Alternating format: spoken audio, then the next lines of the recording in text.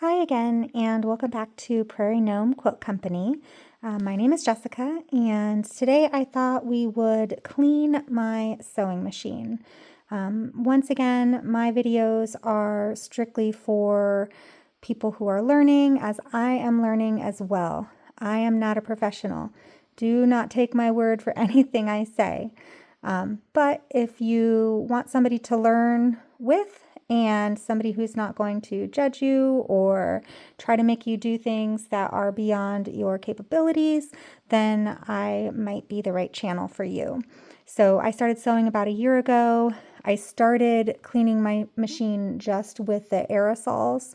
And I learned that that was bad. So I will be honest, I still use an aerosol at the end of my cleaning process, just because it's easier for me and it works. I do the brush and everything in the beginning, but I, again, have only been sewing for a year. So I am not to the point where I can take apart my whole machine and understand how to clean all the bits. I'll get there eventually, maybe, but don't let people judge you and don't let people kind of bring you down. So do what's right for you. If this works for you, great. If it doesn't work for you, you can feel free to move on, but this is how I clean my machine. So I recently just finished a couple of things. I make tiny little blankets out of Minky, and I donate them to a local charity for ladies who have miscarriages and or infants who die in the hospital after birth. So I do use the Minky for those, and it kind of mucks up the machine a little bit.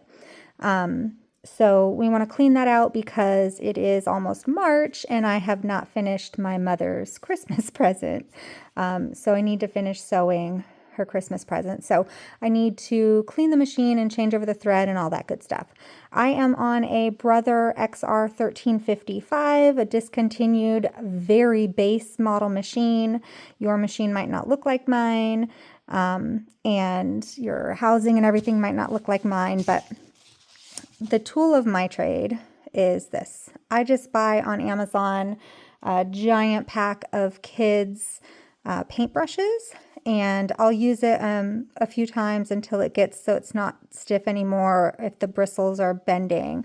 But to clean it, you just pop off the plastic, take out your bobbin, pop off this part. And once again, not a professional. I do not know what these pieces are called. I do know what the bobbin is. That's the bobbin. No, I'm sorry. That's the bobbin. And this is the bobbin housing or the bobbin case, something like that.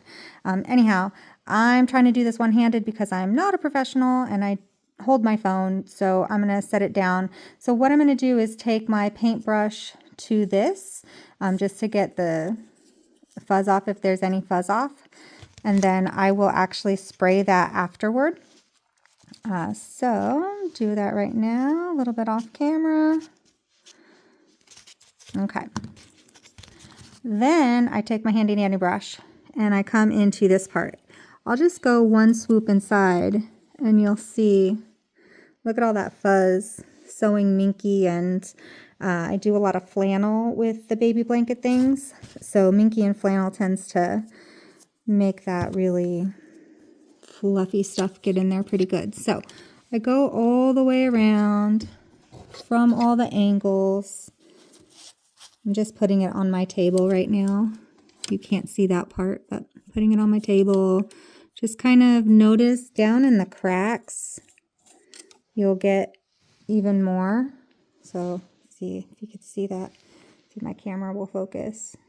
Not really, but there's little bits on there. Kind of do backwards. If you need to stand up to go around the other side, if that's what works for you, go ahead and stand up around the other side. I just kind of put my brush in at different angles to go around that bit. And see here, get that off.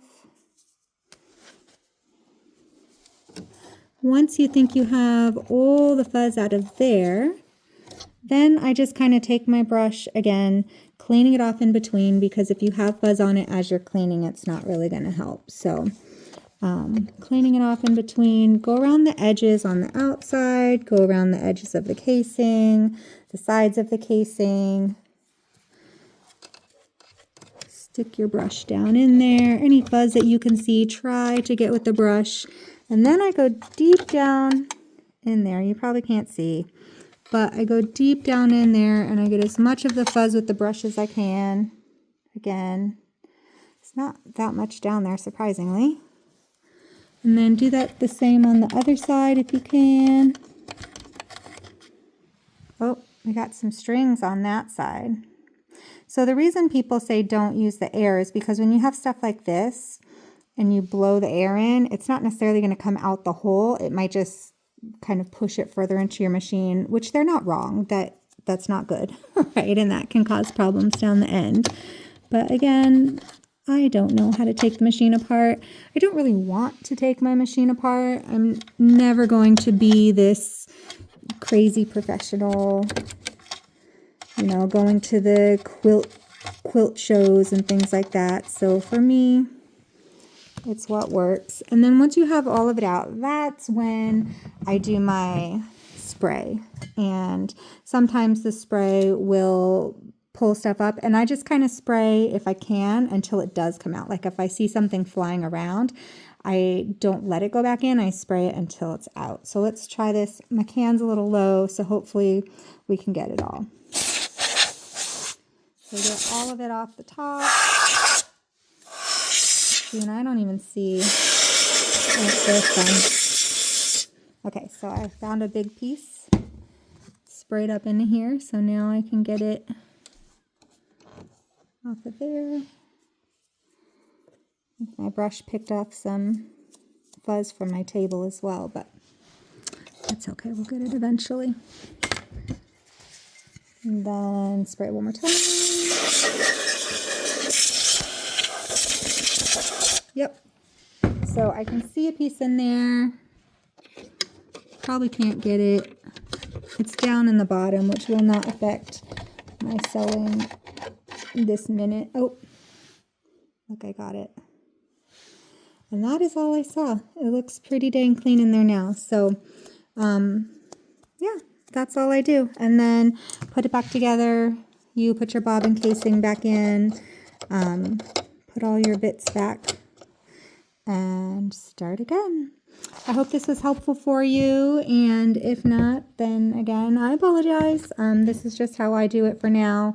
Perhaps someday I'll get better. But if you were wondering if you should clean your machine, yes, clean it as frequently as possible. I, again, tend to try to do it between projects. Some people don't, some do. Again, to each their own. But that is my machine. That is how I clean my Brother XR1355. If you have any questions or comments, feel free to leave them below. Thanks. Bye.